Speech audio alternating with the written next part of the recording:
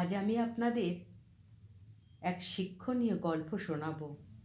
আশা করব আজকের আমার এই গল্প শুনে আপনারা প্রত্যেকেই একটু হলেও কিছুটা শিক্ষা গ্রহণ করতে পারবেন এবং নিজেকে বদলানোর চেষ্টা করবেন। আজকের গল্প বন্ধুর মূল্য কত। তাহলে শুরু করছি আজকের গল্প।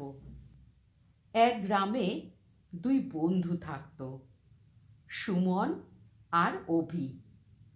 ছোটবেলা থেকে একসঙ্গে বড় হওয়া, একসঙ্গে স্কুলে যাওয়া, একসঙ্গে খেলা। তাদের বন্ধুত্ব দেখে গ্রামের লোকেরা বলতো, এরা দুজন আলাদা হলে নাকি শ্বাসই নিতে পারবে না। একদিন গ্রামের পাশের বনে কাঠ কাটতে গিয়েছিল তারা।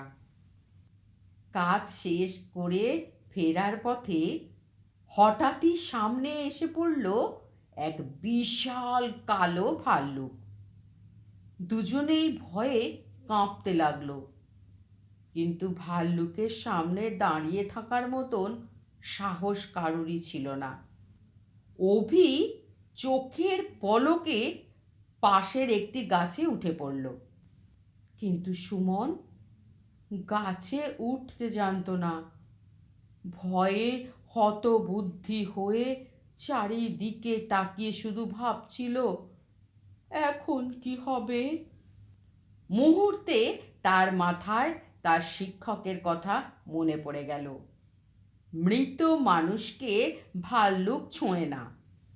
তাই সুমন শুয়ে পড়ল মাটিতে, নিঃশ্বাস আটকে সম্পূর্ণ নিস্তব্ধ হয়ে রইল। ভাল্লুক এসে তার চারপাশে ঘুরতে লাগলো, নাকে মুখে গন্ধ নিল, কান গুজল, কিন্তু কোনো নড়াচড়া না দেখে সে ভাবল মৃত। তারপর ধীরে ধীরে ভাল্লুকটা চলে গেল। বিপদ কেটে গেলে অভি গাছ থেকে নেমে এসে হেসে বলল, এই যে তোমার কানে কানে ভাল্লুকটা কি বলল, দেখলাম তো। খুব ধীরে ধীরে তোমার মুখের কাছে নাক নিয়ে গেল।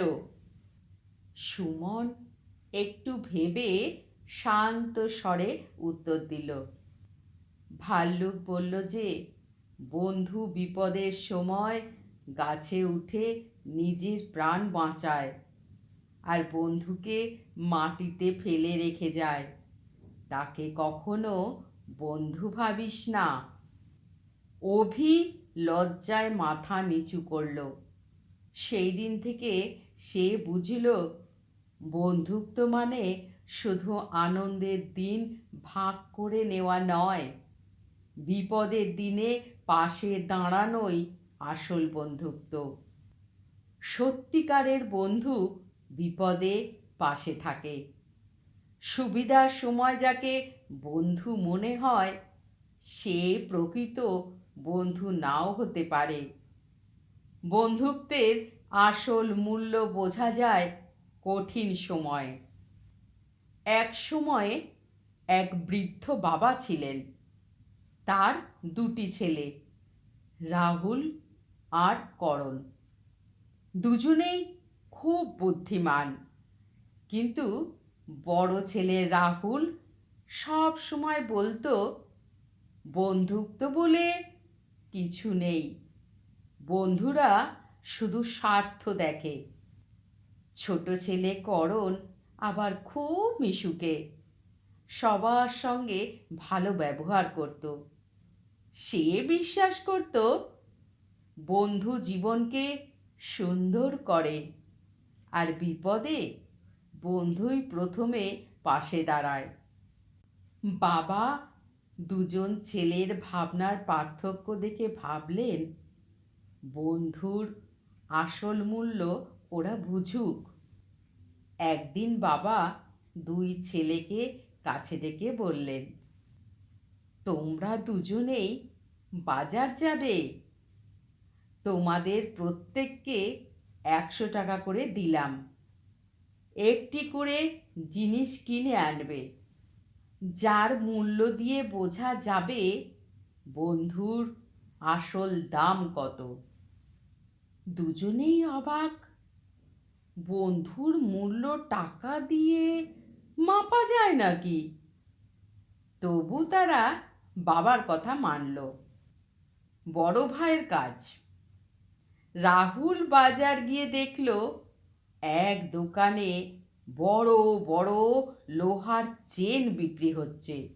সে ভাবল, বন্ধু মানে তো বেঁধে রাখা, যাকে বাঁধা যায় তারই দাম আছে। সে 100 টাকা দিয়ে একটি ভারী লোহার চেন কিনে নিয়ে বাড়ি ফিরল। ছোট ভাইয়ের কাজ। অন্যদিকে করণ চলতে চলতে দেখল এক বৃদ্ধ কাঠুরে পড়ে আছে রাস্তার ধারে। তার কাঠের বোঝা উঠাতে পারছিল না। করণ এগিয়ে গিয়ে তাকে সাহায্য করল, জল দিল, কাঁধে হাত রেখে বলল, চলুন, আপনাকে বাড়ি পৌঁছে দিই। বৃদ্ধ কয়েক কদম এগিয়ে গিয়ে বললেন, বাবা, আমি গরিব মানুষ, তোমাকে কিছু দেওয়ার নেই, শুধু আশীর্বাদটুকুই দিতে পারি। করণ হাসি মুখে উত্তর দিল, আমাকে কিছু দিতে হবে না দাদু, মানুষকে সাহায্য করাই সবচেয়ে বড় লাভ। বৃদ্ধ এগিয়ে গিয়ে একটি ছোট্ট থলি থেকে একটি মাত্র গোলাপ তুলে দিলেন। এই নাও বাবা, এটা তুমি রাখো। বন্ধুর মতো যে মানুষের পাশে দাঁড়ায় তার মূল্য এই ফুলের গন্ধের মতো, টাকা দিয়ে মাপা যায় না। করণ ফুলটি নিয়ে বাড়ি ফিরল। বাবা বিচারে বসলেন। বাবা দুজনকে ডাকলেন। বড় ভাই লোহার চেন দেখিয়ে বলল, বন্ধুকে এইভাবেই বেঁধে রাখা যায়, তাই এর মূল্য বেশি। ছোট ভাই গোলাপটি দেখিয়ে বলল, বন্ধুর মূল্য টাকা দিয়ে হয় না, কাজ দিয়ে বোঝা যায়। বন্ধুই সেই যে কাঁধে হাত রাখে, সাহায্য করে, পাশে থাকে। বাবা হাসলেন। তারপর বাবা বললেন, রাহুল, লোহার চেন মানুষকে বেঁধে রাখে, কিন্তু করণের গোলাপ মানুষকে কাছে টানে। বন্ধুক তো কখনো জোর করে হয় না, হৃদয় দিয়ে হয়। বন্ধুর মূল্য কখনো টাকা দিয়ে মাপা যায় না। বন্ধুর মূল্য মাপা যায় সে তোমার জন্য কতটা হৃদয়ে জায়গা রাখে, আর বিপদে কত দ্রুত পাশে দাঁড়ায়। এই গল্পের শিক্ষা, প্রকৃত বন্ধু কখনো স্বার্থে সম্পর্ক করে না। বন্ধুকে বাঁধা যায় না, ভালোবাসা দিয়েই তাকে ধরে রাখা যায়। মানুষের সবচেয়ে বড় সম্পদ টাকা নয়, মানুষের ভালোবাসা ও বন্ধুত্ব। মানুষের সবচেয়ে বড় সম্পদ টাকা নয়, মানুষের ভালোবাসা ও বন্ধুত্ব। মানুষের সবচেয়ে বড় সম্পদ টাকা নয়, মানুষের ভালোবাসা ও বন্ধুত্ব। তাহলে আপনারা নিজেরাই বলবেন যে বন্ধুত্বের মূল্য কত। আর মানুষের জীবনে টাকাই কি সব? না ভালোবাসা, বন্ধুত্বটাই আসল? আপনাদের মনে কি আসছে সেটা অবশ্যই আমাকে কমেন্ট করে জানাতে ভুলবেন না। আপনাদের ছোট্ট একটা সুন্দর কমেন্ট আমাকে এত সুন্দর সুন্দর গল্পগুলো পাঠ করতে ভীষণ ভীষণ উৎসাহিত করে। তাই আপনাদের কাছে অনুরোধ, প্রত্যেকে আমার গল্পটি শুনে একটা লাইক করবেন, কমেন্ট করবেন এবং আপনাদের যারা সবচেয়ে কাছের বন্ধু আছে, আশা করি আপনারা তাদেরকে আমার এই ভিডিওটি শেয়ার করবেন বেশি বেশি করে।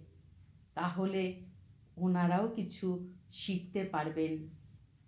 আর যদি আপনারা কিছু শিখতে পারেন আমার গল্প থেকে বা এতটুকুনি ভালো লেগে থাকে, তাহলে অবশ্যই আমার ছোট্ট চ্যানেলটিকে সাবস্ক্রাইব করে বেল আইকনটা অন করে দেবেন। তাহলে আমি যখনই কোনো গল্প পোস্ট করব, সবার আগে যেন আপনাদের কাছে পৌঁছে যায়। তাহলে আজকের মতন বড়দের জানাই আমার প্রণাম, আর ছোটদের জানাই আমার বুক ভরা ভালোবাসা।